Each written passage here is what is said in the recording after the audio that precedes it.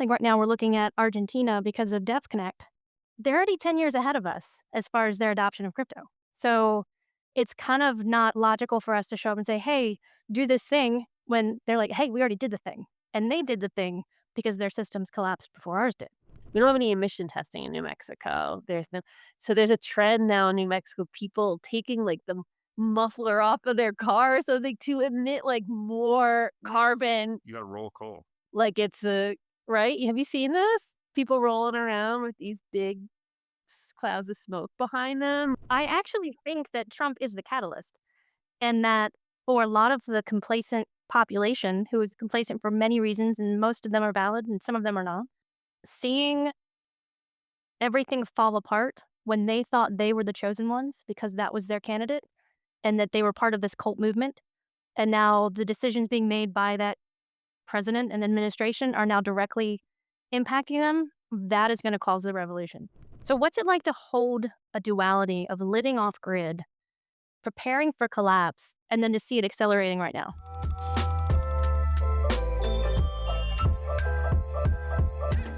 Hello, everyone, and thanks for joining us. This is episode 3 of Green Pill Guest Season by JournoDAO, and we are exploring accelerated transitions. And today I am joined by co host Eric Mack And and his Crystal. wife, Joe. So Hello. I'll let y'all take it away. Hey, yeah, thanks for having us. My quick intro, because you should know me by now if you've been listening. Yeah, co-founder with Crystal of JournoDAO and journalist working Web3 at Consensus, senior contributor to Forbes, and at ouruncertainfuture.com with my lovely wife, Johanna here. Want to say anything else about yourself? Hello. I am a writer, a professional writer. I am a nature therapy guide and a yoga instructor, and also known as Eric's wife. And Unfortunately. I've been living off grid for, well, here in New Mexico, we've been living off grid for about 5 years now. We were homesteading in the mountains for a while in the early noughts, late noughts, and also we lived off grid in Alaska as well for a few years before moving to New Mexico. So we've been doing this kind of thing for a while now. Off grid officially since like week 4 of COVID lockdown, like the first week of April 2020. At this location. Yeah. Well, you led perfectly into the first question we're going to dive into, which is basically y'all's origin story. So you kind of gave us a nice background of how long you've been living this lifestyle. So it sounds like the New Mexico move was a big one and timed perfectly. So walk us through how y'all came to that decision and what was the vision, and then now what is the reality? The move to New Mexico or to off grid in New Mexico? Off grid New Mexico. Okay. Why don't you go? Okay, off grid New Mexico. So like I had mentioned, we had lived in Alaska off grid for a while there, and that's kind of out of necessity. A lot of people do that there. And when we moved to New Mexico and got pregnant, and we were out in the mountains, and we were kind of doing more of that homestead thing. We had like the big garden, and we had our own well, and we were canning, and we were chopping our own wood, and it was like much more independent, like self sufficient lifestyle. But when our daughter started school, we moved back into town. So it had been years at this point since I moved to Alaska in 2000. Our daughter started school in 2012, maybe. Mhm. So, yeah, for a dozen years, we'd been kind of like living a certain lifestyle. So, living in town was a little weird for us. And town by Taos, it's what, 14,000 people. So, it's not a very big town, but still, we were on utilities, like local utilities, and, lived in a cul-de-sac. And And we both like come from like suburban yeah. upbringings that I think we were both kind of trying to escape and maybe said that we would never go back to. And then I remember like when like COVID lockdown was starting in March of 2020, and we found ourselves living in a cul-de-sac in like kind of a pseudo suburban neighborhood, wiping down groceries with Clorox wipes. You said something to me along the lines of, "I can't believe like the apocalypse is here and we're living at the end of a cul-de-sac." We're totally unprepared. Right. Yeah, it was sorta right, I'm from suburban New York, Eric's from suburban Colorado, and I'm not gonna call myself a prepper, like, that's just a little too extreme, but I've, like, always had this sort of sense of, like, a necessity towards the possibility of, collapse, right? Like, I've been in collapse awareness my whole life, I feel like. So, right, when it felt like the collapse came, we were in this it's not even the suburbs, but we're, like, in town. It felt like, "What are we doing?" And we just went on, what's that? Craigslist, and this house came up, and, we came out to look at it. We brought our daughter to see because it really if she didn't like it, it wasn't gonna happen. But she was game for it, and talk about what we discovered, what this house was like when we first I mean, saw it. you could do an entire podcast on like the actual like history and this like kind of strange off-grid community that we live in, but there is like multiple off-grid communities outside of Taos, New Mexico, and we had actually done a house sit out here like 15 years earlier, during which Huh. time I resolved that we would never live here and I would never live out here because I didn't really love it at the time, was perhaps not mature enough. And so she saw the thing on Craigslist and I was like, okay, it kind of looks interesting. I came out here very skeptical. And then we looked and it was like, oh, wow, this could actually work. And so a month later we had purchased the place and the thing with this place was that it didn't have anything installed, so it was just kind of a shell of a house. The house was done, but there was no wiring, no solar panels. The plumbing had not been installed, just the shell. Like, none of the systems were installed. So then that became our pandemic project, was becoming plumber, electrician, and like everything else all at once to figure out all this stuff and install it. And thank God for YouTube is all I'll say. That's impressive because I also, am a child of the suburbs and have had in my brain for decades now that collapse is imminent.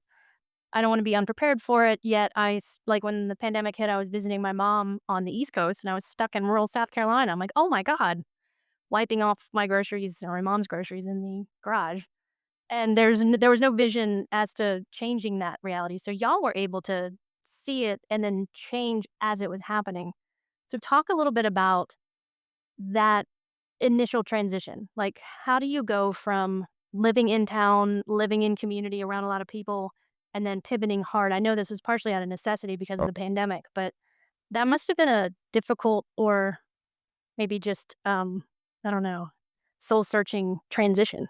Yeah, I think it was something we knew would happen eventually, just not as quickly, and we it was always sort of a dream to own a home, like, not have a mortgage or any payments, like, own it outright, and I thought, "Ugh, when I'm, like, 60 or something, that would happen," like, it just seemed really far away, but I always dreamed about, well, if you own your own home, that would free up so much of your life to just know that you're, like, sheltered, just this concept of being sheltered and not have to pay for it.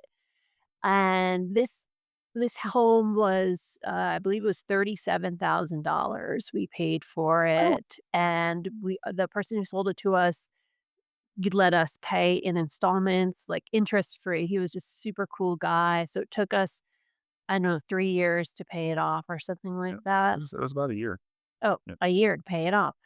And, so, like, that was part of the move too, was, like, how much time and expense it was gonna free up from our life.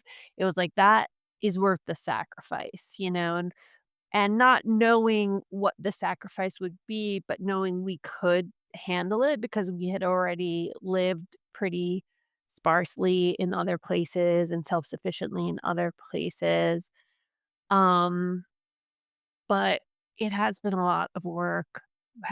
What do you think? Is it worth it, all the work that it's been, and is it a sacrifice, would you say, or Yeah, well, I mean, I think like numbers wise, like when we were making the decision to buy the place again, first month of COVID, and like it was really like because we like pretty much liquidated our savings and said goodbye to a lot of crypto at the time, and and we had no idea if it was going to be like, is if the world is ending, is that a good time to buy real estate or like the worst time imaginable? Like, we didn't really know. And our first experience buying a house, we bought in like the summer of 2007, like right before that market crash.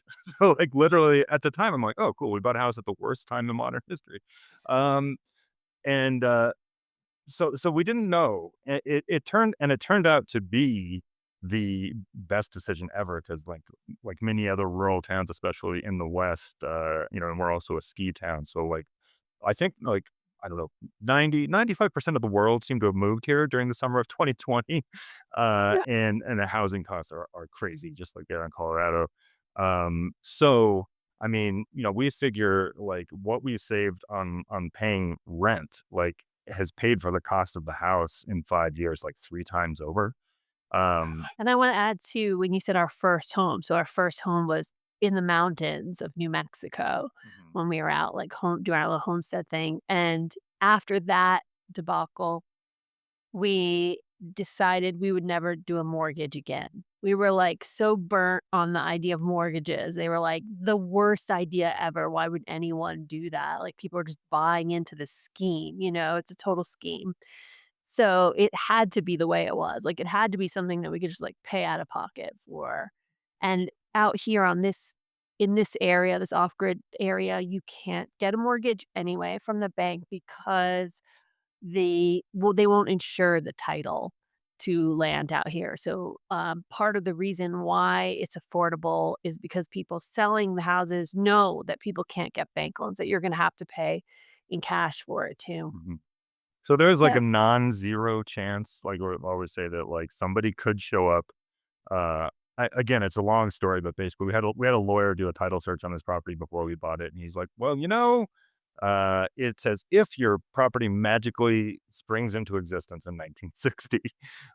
So there's some missing documents somewhere along the way, and the same goes for a lot of this neighborhood. Yeah, that's part of why it's so cheap, in addition to being off grid. So there's like a non-zero chance that somebody shows up with like a deed or a title from 1915 or something and is like, I actually own this entire county.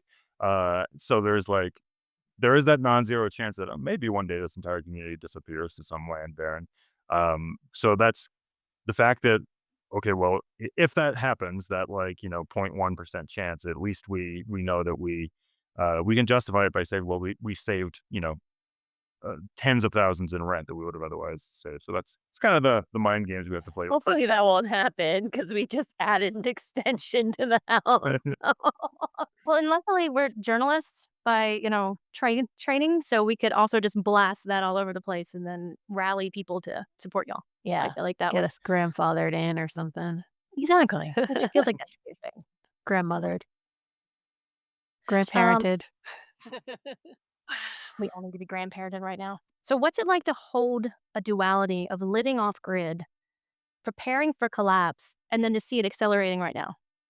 Like, not directly by a cause, like, out of our control, like, when I think about or when I used to think about collapse, I thought, the Hollywood version of an apocalypse, like, there would be a giant whatever, environmental event, most likely, that would cause everything to change overnight.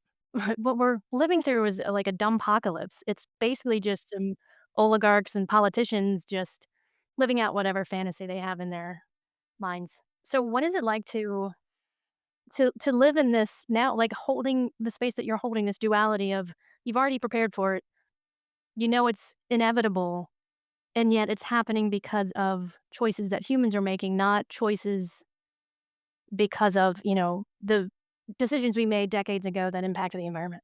Man, I don't know how prepared we actually are.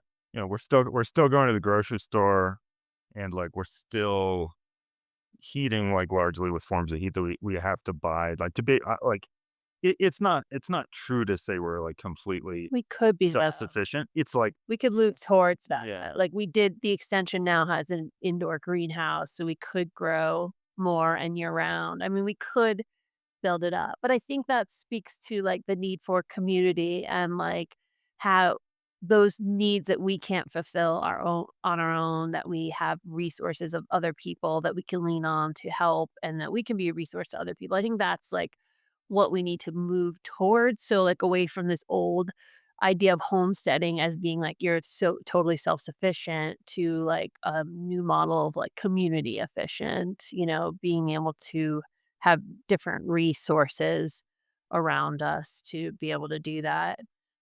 But I like what you brought up about like the fact I think our brains and like how we see the world is kind of ruined by Hollywood. And like, yeah, we imagine everything happens like a sci-fi movie where like the plot unfolds in the span of 90 minutes, and everything like happens overnight. And like in reality, like that it's not like that. And I think there's like, I actually have started to think, like, we talk about this concept of collapse is like it's this thing that's right around the corner, and like we're preparing for it. Um I've kind of begun to think like actually we've been living it for I think at least 10, like maybe 20 years. Like I think the first sign, there's like whatever. This is an endless conversation. We can talk about like going off the gold standard in the '70s and like China and Nixon. Like you can go like that far back, but like in reality, there's like it feels like there's a concrete marker where oh, there were like intelligence failures that led to 9/11, and then like Katrina happened, and like our systems like did not do a good job of protecting and providing for people after you know, a major disaster in New Orleans. And then and it was kind of like a string of things ever since then. 2008 collapse, everything that's happened since 2015 with like our politics. And it's kind of like masked by the fact that at the same time, we're like building this like crazy technological utopia. And like, I think, Hmm. like we've talked about this before, like, again, it's not like the movies. It's like dystopia happens and exists like alongside utopia. Like Hmm. we have an opioid epidemic happening at the same time that like you can have drones delivering stuff to you Hmm. from Amazon. Like these things are happening at the same time. So like collapse, yeah. Like maybe we're on the tail end of it. Actually, like that's actually kind of the optimistic. It would be nice. We got 5 or 10 years left, but I can make it through 5 or 10, yeah, like, that I can do, and our generation has lived through so much of this. Like, I think our entire adult lives have been spent transitioning in and out of different types of collapse. yeah, totally. What do you think about collapse? Because we kind of like talk around this a lot in our chats, and like I think I have an idea of where you're at, but I don't know if I've ever actually explicitly asked you.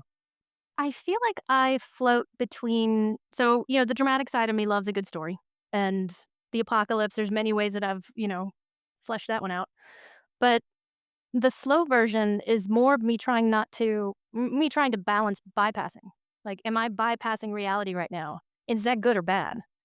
And then what am I doing to protect myself? Because I live in an apartment by myself with a dog. Like, I've got enough toilet paper for the summer.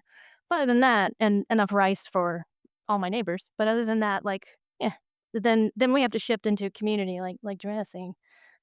But I don't know. I feel like we're about to find out. I feel like we are pretty far into transition and collapse.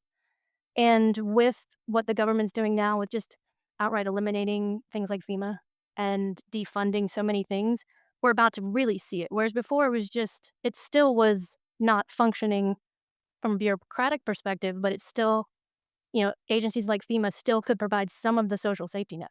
But now we've just ripped the band-aid off and said we're not going to do that anymore as a society. So I feel like the next few years of whatever, calamities happen because they happen, we're humans. I feel like that's gonna be much more apparent now, whereas before we could have Band-Aids over everything. Mhm. Like, you could be in collapse, yet still go to the grocery store and get eggs from some organic farm across the country. I could still have my groceries sent to the door if I want. I think that we're about to see a lot of those things fall apart that people are used to, and that so many people have bypassed reality. That's gonna be really hard for people that don't think of these things. And that's most of, I think, our society. I feel like we're in the minority where we actually do think about what happens when systems collapse. And we're community people. So I feel like, we at least have that to fall back on too. But America's such an isolated society that, we've eliminated a lot of community. Yeah, I love that idea of band-aids, like, we're always putting band-aids on it. Like, I personally think the collapse is just sort of a long, drawn out, just systematic it's gonna be going on for a long time. Like, what I perceive as the collapse is basically based around oil. I think, like, our entire infrastructure and world is based on oil, which is this Yeah. limited resource, and we keep relying on tech to kind of, like, improve our ability to get oil and more oil, even though it's getting harder to get and more expensive to get, and eventually it's going to run out, and to me, like, the oligarchs, they're just, I don't know, trying to get, like, the last dregs of the oil money that they can. It's like and then on top of that, this our our dependency on oil is also creating obviously this climate emergency. So while our infrastructure is going to slowly collapse because of a lack of oil, unless we can come up with a better or newer energy source that doesn't exist yet. Meanwhile, that energy source is also collapsing our entire climate and making things worse for us. So we're talking about Bad feedback. oceans rising and yeah, that exactly.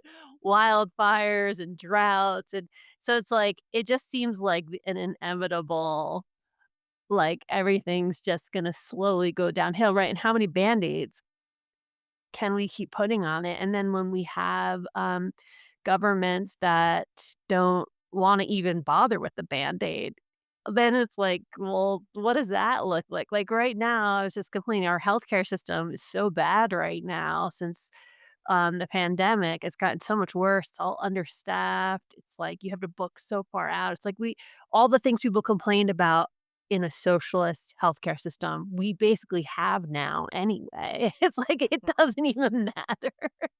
So I like what you said about the Band-Aid. It's like, how many Band-Aids can you keep putting on before people are gonna realize something's wrong and there's no more Band-Aids left to put on it? Yeah, absolutely. And I think too, and we work with this a lot in our ecosystem, just the economic systems we function in. Like late stage capitalism, it's just not, it doesn't work. It is brutal and it amplifies everything you just said with, with oil, with the end of energy, what that energy transition looks like. And when you have oligarchs that are in charge of the monetary systems, then that change is very difficult to implement, which is why that's why I tolerate being in crypto this long, is because I know an alternative economic system exists because I've seen it. And prior to crypto, I really loved studying alternative economics in other types of contexts. And I see crypto as being one of those things. Whatever your chain is that you use, if you have a community, you can create your own currency. You can create peer-to-peer value exchange. And knowing those things exist at least helps me sleep at night. And especially like in this area, I know I could go find food and go to a farmer's market and exchange in probably Ethereum, and it wouldn't be an issue. 'Cause there's enough people that use it and also know how to teach it. So I feel like these circular economies are gonna be more of a conversation where we're talking about this value exchange that's holistic, where you can do things in the gift economy or you can do things that keep the money in your community. So in in a hypothetical situation where an economic system does collapse, there's still infrastructure to work with. On my very long to-do list, and as soon as we get this construction project done, one of the first things that's going up on the roof is some helium antennas that I got from our neighbor and our friend Sven. Shout out to Sven and Incented. And helium is a decentralized peer-to-peer 5G network, and so like that is one thing that where we our solar power is decentralized. It's really we're kind of a self-sustaining node, I suppose. And then that's kind of we're kind of self sufficient on water when it rains enough.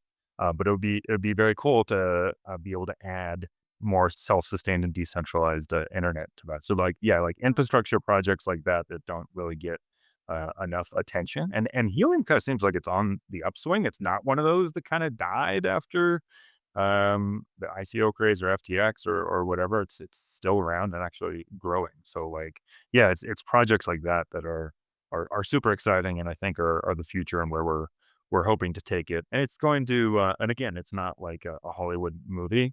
Like I remember like with technology, it's really funny. Like forever we were like you'd watch like Back to the Future, right? With Michael J. Fox, the original, and it would be like, oh wow, they're doing like video calls and they're like talking to the TV and they have like electric cars and stuff. And like I remember thinking like forever through childhood and through like, the early 2000s, it's like, when is any of that stuff ever going to show up? Like when am I finally going to get like a TV that I can talk to? And that, but it like it sneaks up on you because then it's like I just remember one day in like 2005, it's like, oh, everyone's doing Skype now. And it was just you kinda, like, snuck in through the back door of, like, the internet browser and apps, and it's like these things, like, slowly creep into our lives, and I think the same thing is going to happen with, Ethereum, that, like, one day people are just gonna be using stuff and things are gonna be settling on Ethereum, and, like, you're not even gonna know it. It's just gonna be quiet, working quietly in the background. Yeah, and we have to get, like, our farmers, like you were saying, going to the farmer's market and using Ethereum, we gotta get the farmers and the plumbers and the skilled laborers on board with that because it is a great system to have a localized currency, um, but we can't eat it. Yeah. So it's we haven't figured out how to eat it yet. Food tokens. So, like, how do you integrate it into, the culture so that it can fulfill, like, your basic needs can be fulfilled by You that? just need to be able to metabolize electrons. We're working on it. There's gonna be vibe coding soon Yeah, with the right. Ethereum network out there in the off grid. Well, and you brought up a great point, Joanna, like, this is something we work on at Ethereum Localism, and some of these local movements is we at GFL and Boulder this year, we had local farmers that are already on blockchain. I think one of our local farms already uses Bitcoin. So they showed up and wanted to know more about Ethereum and then how they could incorporate that into their farm because it's a community farm. They have a co-work space there, it's a yellow barn, and they're just big on sovereignty. And it's that independence is what they're trying to cultivate, and they'll use whatever system works best for that. And I feel like that's where Ethereum localism in the US is really fascinating because Oakland did this a few years ago with their farmers market. They had a lot of Ethereum users go to the farmers market and get the whole farmers market and their art culture on chain so that people could go there and have a vibrant ecosystem that stayed local. The money stayed within their local system. But when we look at like right now we're looking at Argentina because of Dev Connect and trying to take GFL there, but That's they're already 10 years ahead of us as far as their adoption of crypto. So it's kind of not logical for us to show up and say, hey, do this thing when they're like, hey, we already did the thing. And they did the thing because their systems collapsed before ours did.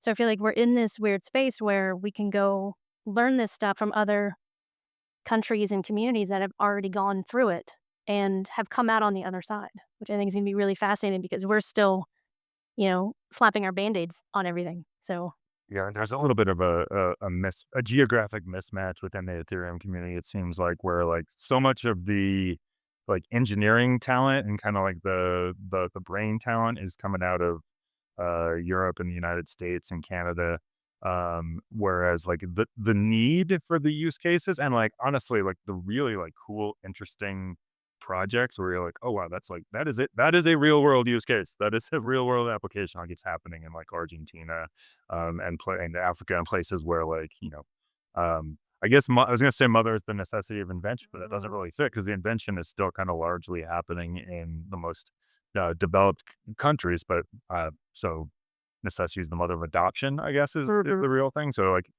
and I think like GFL and like the Ethereum localism movement is going a long way towards trying to to bridge that gap. But I wish we could get there faster. You see more of that than I do. Yeah, I wish we could accelerate it, and I've seen this environmental movements across the US and some in the West, not so much in Europe, but just the performative aspect of it, which is kind of why I've avoided a lot of these movements. in general is because it becomes such a performative thing because in our country, we technically haven't had to go through what it means when a system collapses in your community.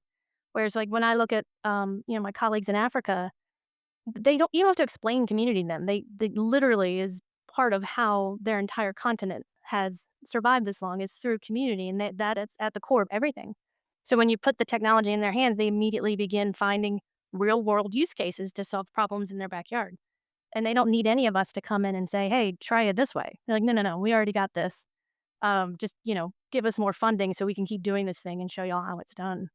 So I feel like, as the Band-Aids fall off, we're gonna find ourselves in those positions where we have to look to the Global South to see how they've already done it and that we can take from them. Like, I kinda wanna flip the model on its head instead of exporting our systems to other countries, creating listening nodes where we go to other places and listen to how they've incorporated not just blockchain and crypto, but all of the different ecosystem tools for sustainability and for self-sufficiency and sovereignty. I feel like that is gonna be a very interesting, um, flip of the narrative here very soon.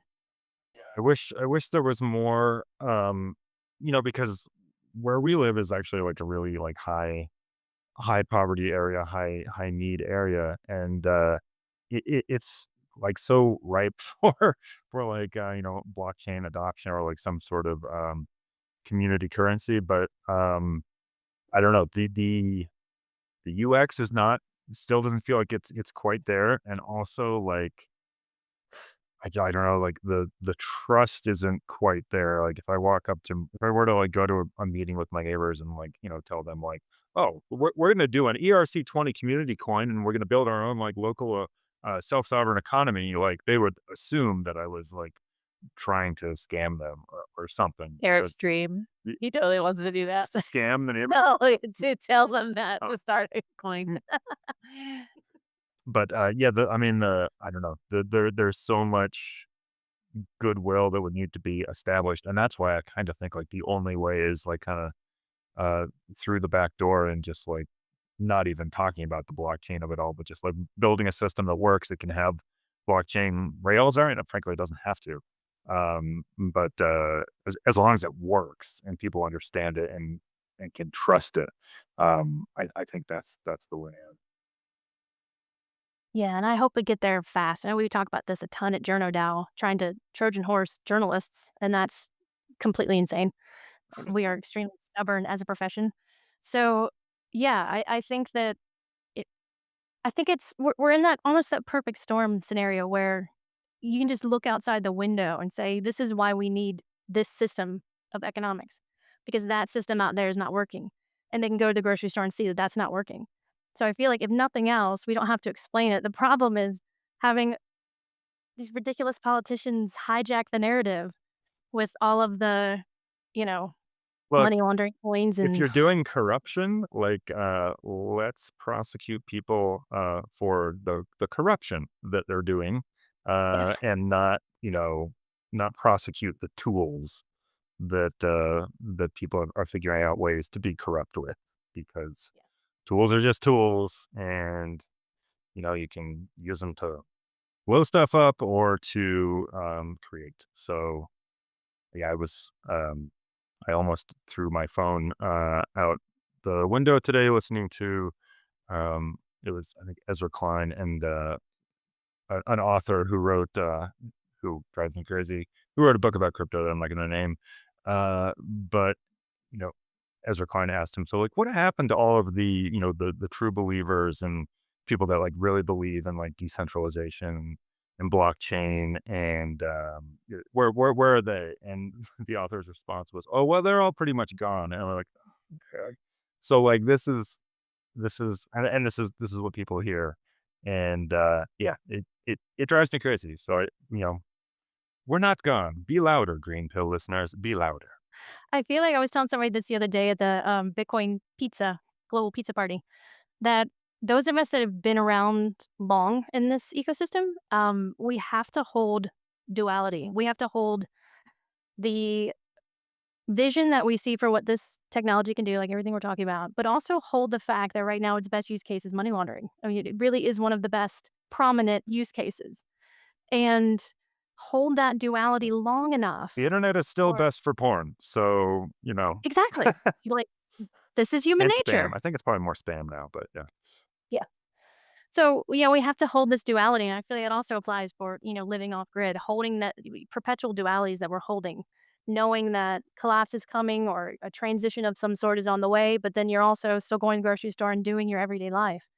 So it's the same with crypto. You have to hold space for both things to coexist so that when one does outweigh the other, you can transition more naturally instead of having, like we saw it with the pandemic. And I think we're really about to see it probably in the next 6 to 12 months where you just wake up one day and everything has changed Yeah, and there's AI not much you can is do about it. changing everything. The face of tech right now. We have no idea how that's really going to pan out. So it's sort of another interesting uncertainty that's existing right now in tech. And it's accelerating so much. Like it's accelerating in good and bad ways. Like I use it constantly now and I actually really enjoy working with it. And from a contemplative yogic perspective, I never thought I would be combining ancient tantric wisdom with modern tech bullshit and running it through a model that's telling me how to solve leadership problems. That to me is not something I would have anticipated. And being able to turn the models against the oligarchs in some way. Like if you feed it enough contemplative wisdom and people do it at scale, it begins to change the way the language model perceives itself and the people that are using it, which I think is really fascinating. But it also has the capacity to mirror back the worst of humanity at the same time. Yeah, I mean, it all comes back to tools again, right? Like, I think I started off saying like the only reason we can make anything work off grid is because of YouTube. Well, that's like very quickly transitioned over the last year or two because of AI. It's like Mhm. way beyond like what Reddit and YouTube were holding my hands as we moved in here, and now I'm like on AI. And it's incredible. You're like, okay, I can look at this 2x4. Oh, it's white pine number two, and it's this width, and now I can just like ask AI, and AI can tell me in 5 seconds like what is the load I can put on this piece of wood. It's amazing, you know. And It happened quick, just like the Skype example where, like, suddenly we're video calling where it seemed like the Jetsons when we were a kid, and now it's, like, very quickly, all of a sudden, everyone's using AI, like, where'd that come from? So it's like it just sort of as technology speeds up and then we see infrastructure is failing and governments being unsupportive, it's like so it seems just like this perfect storm of, like, anything could happen, and nobody expected the pandemic, and so now it just feels like that could easily happen again too, like, seems like I'm just waiting for it to happen, honestly. I'm like, "When's the next one going to be?" Do you feel like that? the next like Pandemic. big event or pandemic, Pandemic specifically, now that it happened, I'm like, "Well, it could just happen again just as easily. Why wouldn't it?" I gave up. I definitely gave up on predictions over a decade ago. This they began to fail me, and like with the off grid thing, like, I've never really been comfortable like evangelizing about it very much. About like I don't really like to go around and talk about like the carbon footprint and like the green or sustainable aspect of it. Cause like, let's be real, we still travel. I still have a truck that doesn't get great gas mileage. So it's like, we kind of go back and forth and you do what you can, but like what's in it for me is like the only thing I've ever really like excelled at to the point where people want to pay me for it is writing. And guess what? Now computers do that. And like Mhm. and a lot of people around the world. So like the off-grid thing is is just kind of I see it as a way for me to make myself a more useful person, Mhm. to be of service in Yeah. some way if I ever need to be called into service, whenever the next thing. Mhm. Acquiring skills, hands-on skills. Yeah, and it feels like a safety net, like, I talked about it as an economic safety net, just owning your own home, but, like, also we're okay. We've got, like, systems, we've got our own infrastructure in place. We've got a community who also does, so it's like we're supported. So it is a sense of security for ourselves as well. I feel like that's a big one too. Like me live in an apartment by myself with my dog. And there was a Ferocious part of dog. me that was, oh my gosh, he's hiding in the corner. Like, I don't want to be on camera today. Um, and like there was part of me that always figured at this point at this stage in my life, my career, I would be transitioning and going off grid and whatever that looks like. I definitely don't have that skill set. Good friend of mine who's a little bit older lives off grid up in Poudre Canyon near her. And I go visit him and I watch him. It's on a canyon, it's completely off grid. And I watch him. I'm like, there's no way in hell I could do that. I would be dead. Like, I would just freeze to death one night I because I mean, I couldn't. bet you could. Like, Well, I that's not know good. you. Like, I think you You just have could. to set up Uh, good systems, I maybe, think. yeah, you maybe do it differently than the way your Yeah. friend does it, but like, you could Yeah. do Crystal could do Crystal off grid. I'm pretty. Yeah. I could do possibly. I mean, I don't follow directions, like, does not follow No, directions at all. no. But I was raised by a carpenter, so I like to think that I could just channel his spirit and build something. Well, But, like, even I our also systems are set up for Eric, who's like 6'4" or whatever. I didn't. They're not set up for me at all. So there's like certain things I'm like, if I did this myself, I would do it differently than the way he set it up, but it's fine for now. But again, the systems can change. We could add a wood stove and we Crystal, could right? add You're a taller. greenhouse and I'm not growing got that some way. stilettos in the closet you could put on to. Mhm. Oh, yeah. Well, I feel like too, like, when I first joined Journo DAO, it was probably about 6 months in, we started talking about making Journo pods, and we were all just gonna show up on y'all's land one day and just communally live. But the more we played with the idea, I'm like, that actually is a really that makes a lot of sense. That as things begin to fall apart, people come to live together in community in a way that reflects the land, doesn't reflect the capitalistic systems we live in. Like, I know if collapse happens up here, I've got neighbors that I am close with. Like, there's a community here I can come to. We're still going to be at the mercy of a power grid and of a water system. So I feel like if the more dramatic version of this transition happens, then you're going to get more people that are like, all right, show us how y'all did this. And y'all get to lead the way for the normies up here in the suburbs to embrace being off I grid. mean, I think that we'd like to do that now. Like, even now, I think because we have that foot in both worlds, because Eric's like in tech and we're from the suburbs. So I'd like to think we have a foot in both worlds. We're not just like totally off grid and in our bubble. To help other people figure out how to live more sustainably now or create systems to rely on. But like a lot of it, it's kind of goes back to what we were talking about with people not being willing to adopt crypto. It's sort of like born out of necessity, right? Like in the United States, we're so abundant. We, like, don't even realize how wealthy we are, and so, like, we don't really think about it. Like, everything we can watch our TV, we've got our phones, we kinda, like, could go to the movies, we go to the mall and get all our cheap Chinese goods, and so, like, those things feed us and keep us they're the big Band-Aid, right? They're like, "Well, everything's fine. I can still go to the mall and buy all this stuff for cheap." Like, I can even with the inflation, it's like we still are shopping. We're still, like, going about our business the same way we have. So there's not, like, that urgency that's in, like, South America or Africa. There's just no we just don't have the majority of Americans are not feeling that urgency that for whatever reason, the 3 of us sense that urgency, and there are definitely people out there that sense that urgency, and so, like, maybe if we could just reach those people that are starting to have a sense of urgency and just, like, I don't know, just tap in a little bit and be like, "Well, what if you didn't buy that?" Even that's something as simple as that, like, what if you stopped buying those things? Or what if you started growing something or got a CSA. I mean, just like even the smallest little things that you could do to become more self-sufficient and sustainable that like it benefits you, but also really it benefits everybody in the long run. It gives a sense of security to everybody.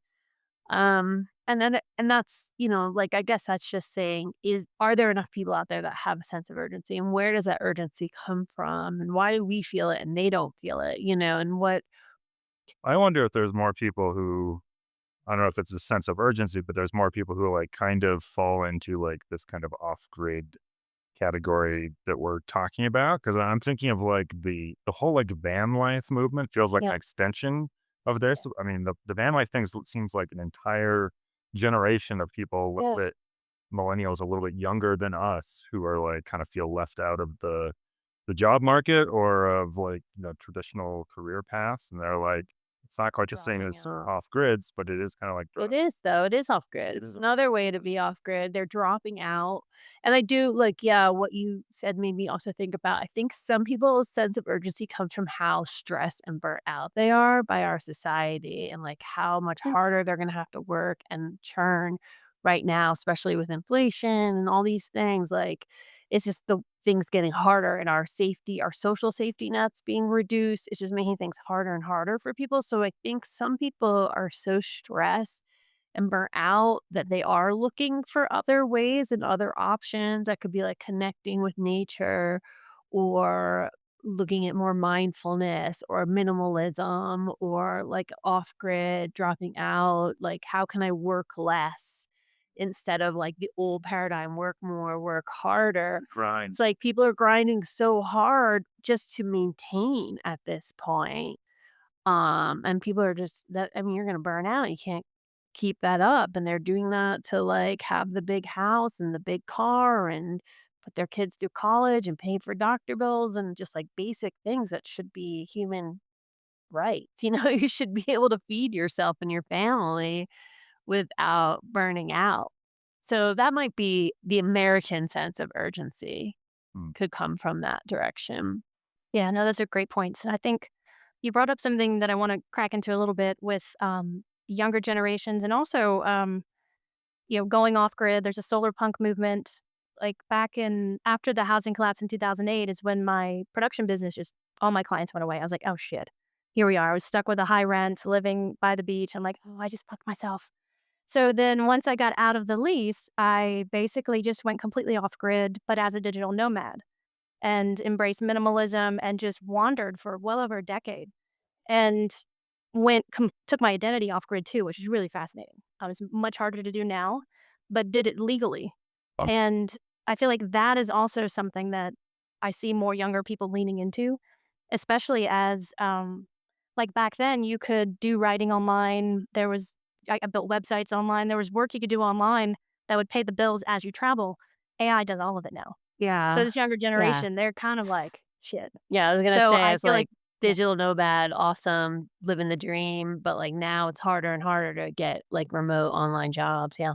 Yeah, and even with my resume and experience, and I just did corporate a few years ago, so I don't have a huge corporate background, but I can't even get those jobs. Those jobs are being eliminated because I can do everything in AI right now. So that is another element of the perfect storm that we're seeing is that I think the younger generation is going to lead us towards something that is more of them stepping away from society. Once you realize how corrupt the system is, and I think the 2008 collapse really showed it for a lot of us because of the age we were in our mid 30s. So it really put a crimp in a lot of things. And I think as this younger generation begins to see how all of it's just basically bullshit, all these systems that have been created through capitalism, and you can already see it in some of the younger, regen movements or environmental movements and spiritual movements that they're seeking different ways of living and they're really good at communal living. I think our generation was more of the Friends. We grew up with the, Friends TV version of communal living, whereas this younger generation seems to be more inclined to live in formal communes and spaces. I think that's kind of fascinating to watch too. Gives me a little bit of hope. I feel like when I grew up, my parents were like into the back to the land movement in the 70s. They were really big into it and they weren't hippies. It was just like the trend. It was like trendy, like in the same way that it was trendy to have long hair in the 70s. It was like trendy to do this sort of like back to the land thing. So they kinda did it. My mom was a little bit more, like, alternative thinking too, but, like, they just kinda did it, you know? So I wonder if we could move towards it in that way, like, if it could become, like, something trendy because as you were speaking, I'm like, "Yeah, but what about TikTok? Like, what about social media?" A lot of the young people are so hooked on social media, and they're stuck in these algorithms, which probably will get worse with AI, I imagine. It'll get more refined. I don't know. But so that would be like the flip side. It's like maybe like Eric said, it could be a tool towards trending in that direction, if we can just sort of instead of being opiated, which is like always the fear that just opiated by TikTok instead of like revolutionized by TikTok, I guess. The revolution will not be televised was like a real Gen X thing, like because we had TV, we didn't have internet or social media, so it was like, "Get off your TV," right? The revolution won't be televised, "Get off the TV." That was sort of our revolutionary slogan, but now it's like, means so much more, I feel like. I feel some need to defend my boy Adam Smith and capitalism as like I still I still believe in the capitalism is the worst system except for all the other ones. And I just feel like I'm very excited by I still am very excited by like just like the level of innovation and look, I watched the SpaceX launch last night and like I wrote a thing about how much it drives me crazy that I'm still rooting for Elon even though he's Elon.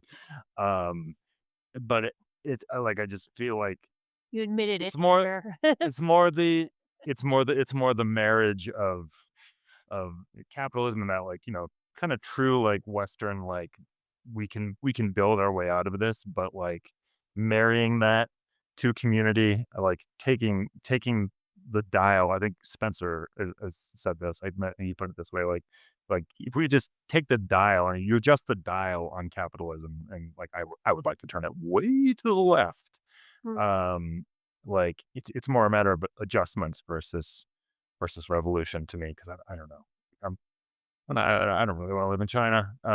'cause are we living really in is this really capitalist society that we live in at this point? Like, This is what well, just because of the way it's been distorted to lean towards enhancing the rich. I mean. That's so I kind of So, view. that's kinda where it's not working, you know what I mean? It's like bailouts and subsidizing, like, it's not an actual Mhm. capitalist structure, it's Right. Well, or because I don't think the state side of that is not really doing its job either. So I kind of view working in Web3 as trying to actually do walk the talk here of marrying community and capitalism. I think that's what Web3 is, and it's also kind of my penance of as a tech writer for over a decade, really being for a long time being a booster and a true believer in things Google and I was really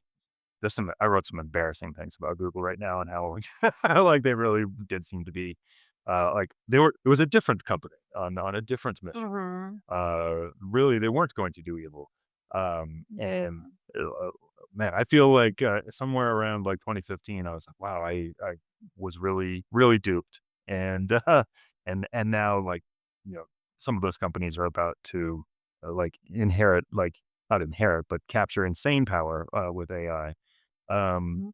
so yeah, it's not going where I thought it was going to go or hoped it was going to go, and I think the antidote is in this community.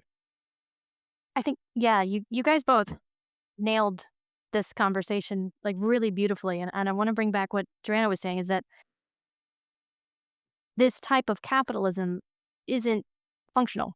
It is distorted to the few that have the power. It's not for the greater good, and I think we can look back to again, because we grew up in an analog world, our parents grew up benefiting from what came out of World War II, which was a strong middle class, which was a high tax rate for everybody paid their fair amount of taxes, and we were able to build a thriving middle class where, I grew up in a lovely home, and my dad worked, and my mom stayed home and raised us in the suburbs, and he had one job, and he was able to stay at that job his entire career, and he loved raising a family, so he didn't we weren't extravagant, he kept it simple, and there was infrastructure for that, and that doesn't exist Mhm. anymore, and Yeah. I feel like we could roll back to a form of capitalism that was not so extractive.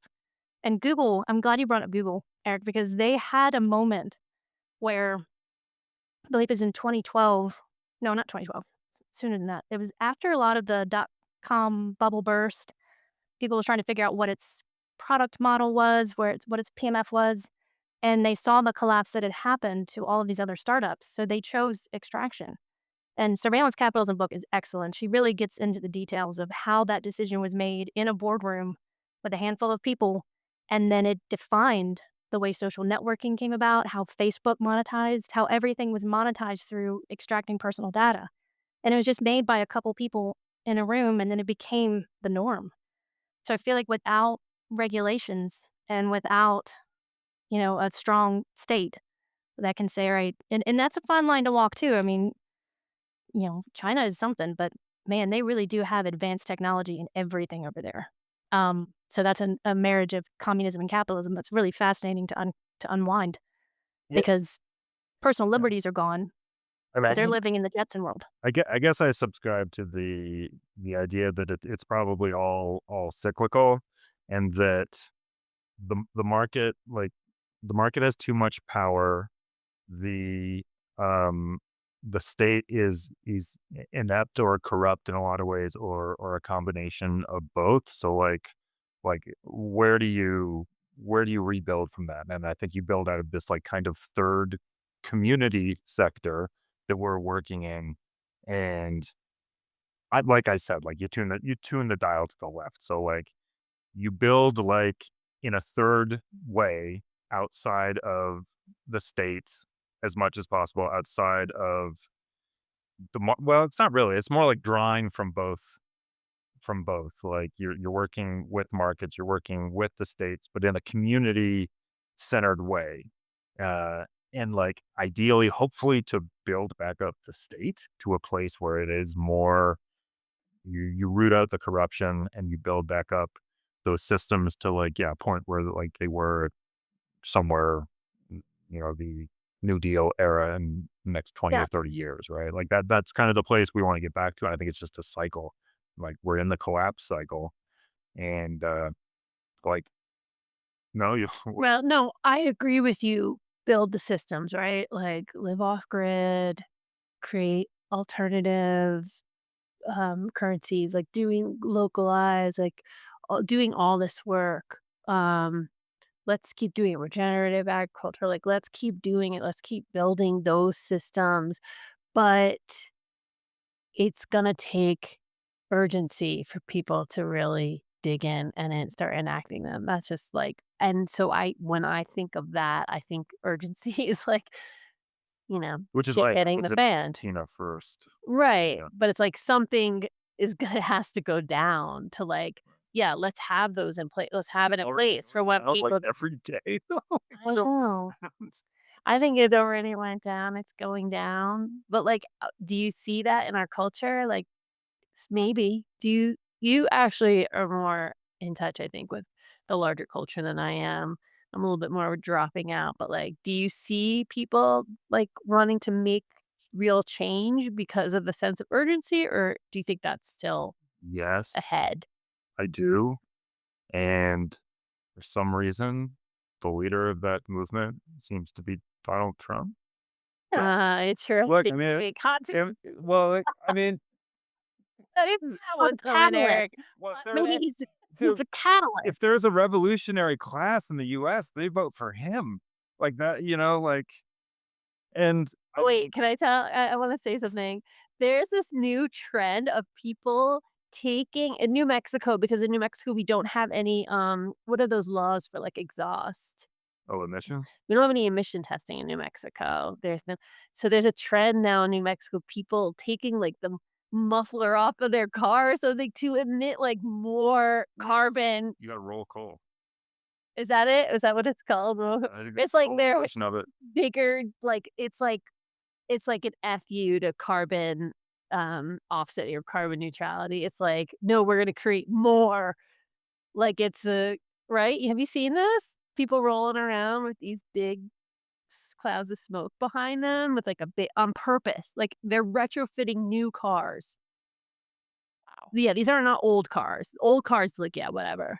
These are Yeah. retrofitted new cars to emit more carbon and more pollution. Have you seen this? I It's insane. It's hilarious.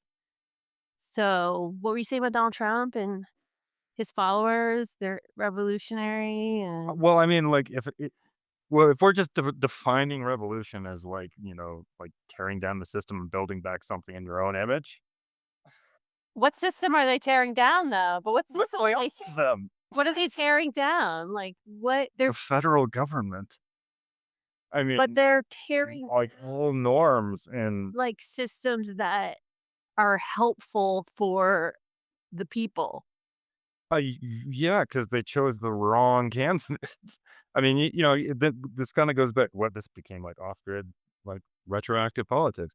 But like it kind of goes back to 2016, where like you famously told me I was stupid to Right. not vote for Bernie in the Mhm. primaries, and I Mhm. told you he was Bernie 2016. not.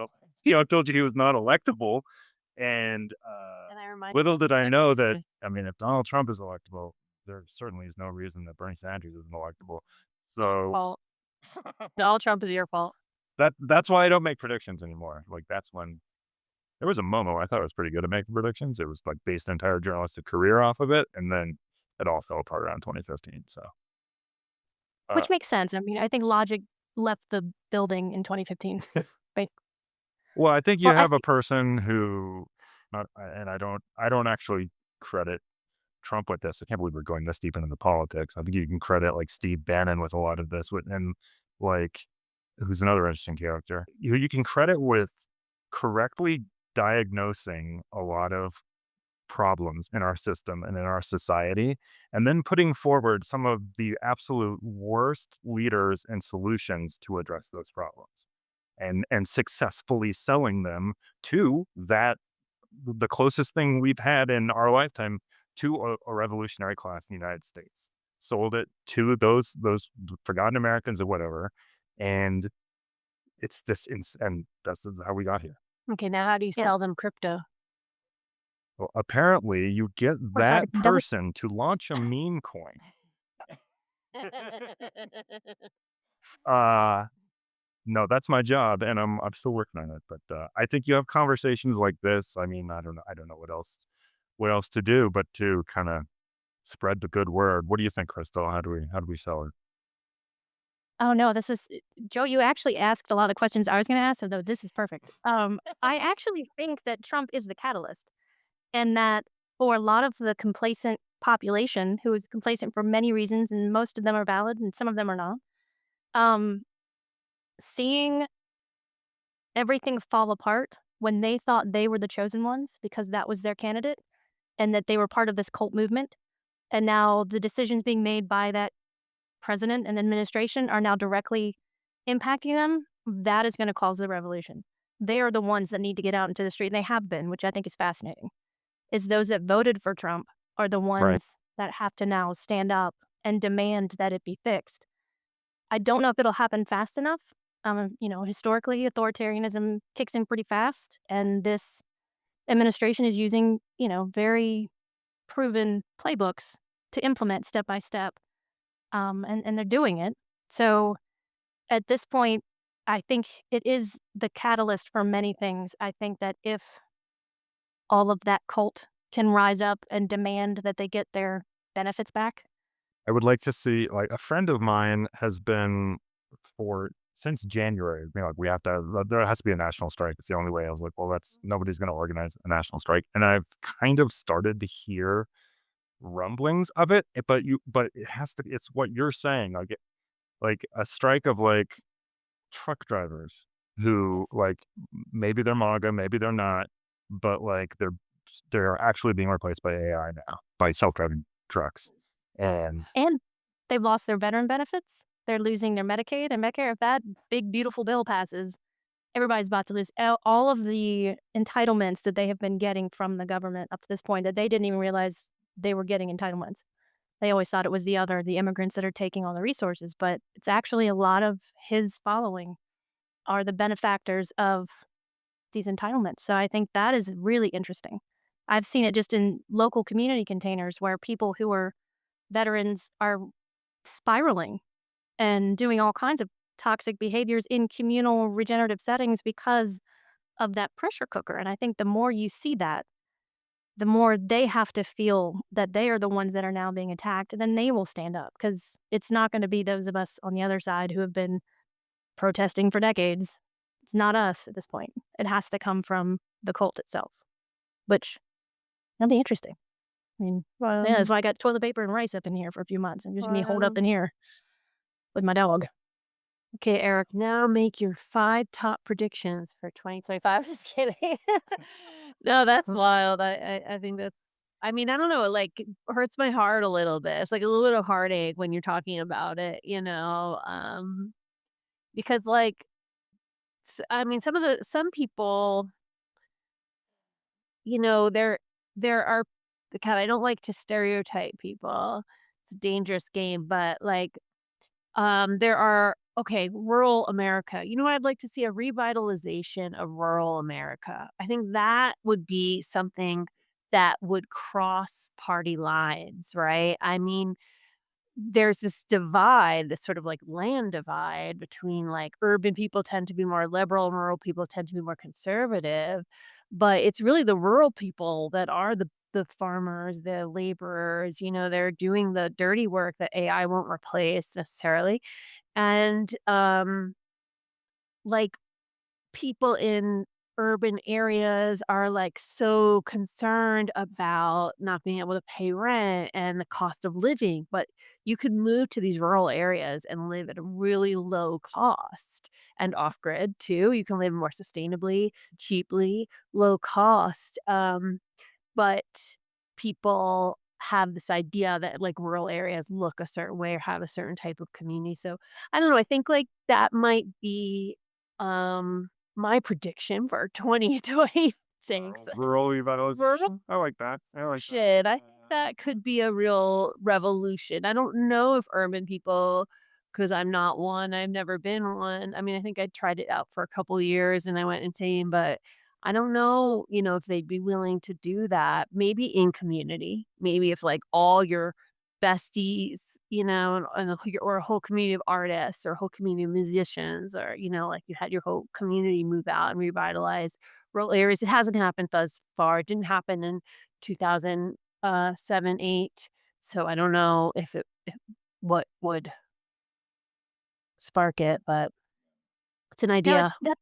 you've brought up a great point. Like, I used to spend a lot of time in rural communities and I loved them. And I stopped around 2015 when the Tea Party was at scale and when it became impossible to Mm. sit at a dive bar in Arizona Mhm. and just talk about sports or the Yeah, weather. yeah. It all became, Politics, yeah. identity politics. Yeah. And there's so many amazing towns like La Junta in southern Colorado near y'all. Like, that is such a great little town. The bones in that town are amazing. If there were a movement of people back into a town like that from all Mhm. political beliefs Yeah, and found a way to connect in community like that, I would move there in a heartbeat. But to move there now yeah. and not bring a gaggle of people with me means I'm gonna have to be isolated from humanity because I only have so much tolerance for that type of conversation that is not grounded in logic or fact, that is just speculation. Random life hack. I've been to La Junta in the last 10 years and everyone was very nice. But random life hack, wanted to do we do like writing retreats for ourselves like a couple times a year. Like she'll like go get an Airbnb and like write for some place and I'll try to do it too. But I like usually like to go somewhere like further afield. But I didn't want to like spend a whole bunch of time driving to a place where I would have like a writing retreat. So my hack was to go to the nearest Amtrak station and get on ride the train because I could write on the train. So I'm like able to write like while I'm traveling.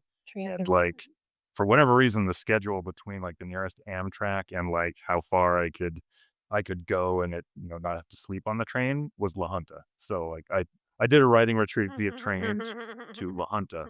Wonderful place, good barbecue.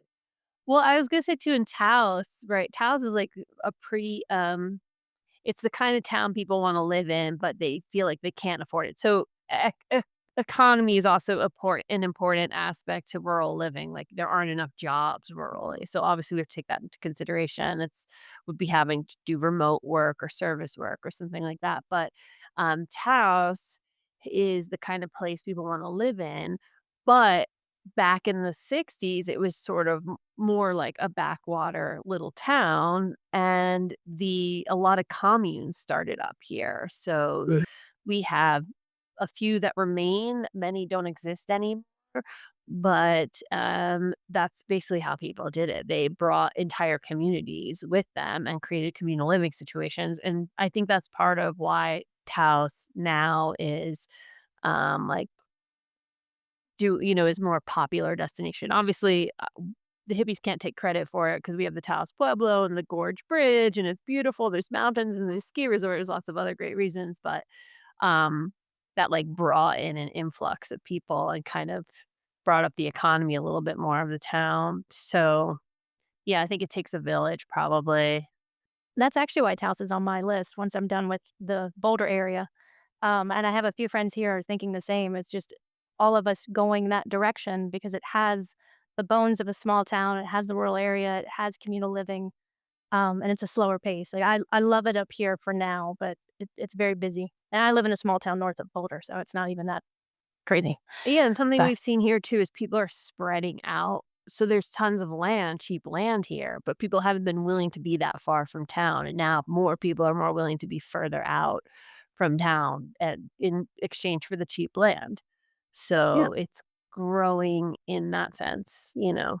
And I have my skepticism about like how well communes actually work like at scale, but like the like smaller scale like co-living thing Or kind of or seems like to work. intentional communities. Not yeah, even intention, but just like, like kind of the like it kind of breaks my heart a little bit. The cabin is unwinding because they Yeah. like I really like that idea of just like it's just kind of this like loose network, decentralized network of like people who are into co-living, and there's like a network that you can tap into and like you Mhm. get some resources, support, like and have a network, but you don't have to like I mean, let's face it, like communes are ultimate centralization and like maybe that doesn't work. But yeah, like a little bit more like a narco commune thing. Yeah, that is more yeah. our I feel like style. that's more my style too. Like I love the concept of communal living and intentional communities, and I've traveled enough and traveled through them. I think they're a beautiful thing. They're definitely not for me. I'm way too introverted. And I don't want anybody telling me what to do in my house. Like, that's why I live alone and have a dog that can't talk back to me. So, like that, but I would love to live in a networked area, like the journo Mhm. pods. And we are going to have to manifest that because I feel like I could live on land with all of y'all, knowing y'all as well as I do, that I could know when everybody's having their moment. And we all know, like, all right, let's all just go do our thing. And then we could come together when we need each other or just when we need to be together, and Yeah, have and I wonder dinners. if people this is just sort of obvious, but like creating community where you are already too. Like how do we like create more community in our community? Because like the old suburban lifestyle is pretty like you don't know your neighbor, that kind of thing. Like how do you create more community atmosphere, more community support? Like trading like, I have a garden, and I trade like, I have an overabundance of zucchini. That's not a good example because everybody does, but, or tomatoes or whatever that you can trade with your neighbor or having swaps or, sharing, childcare or, like, how can you just take communities that already exist and, like, bring them more together to help each other too is another, like, step in the direction of, like sustainability and everything we're talking about. Yeah, supportive networks. Supportive networks, Yeah. all those things. So I feel like that's a good stopping point there. Yeah, I don't have anything else in my notes.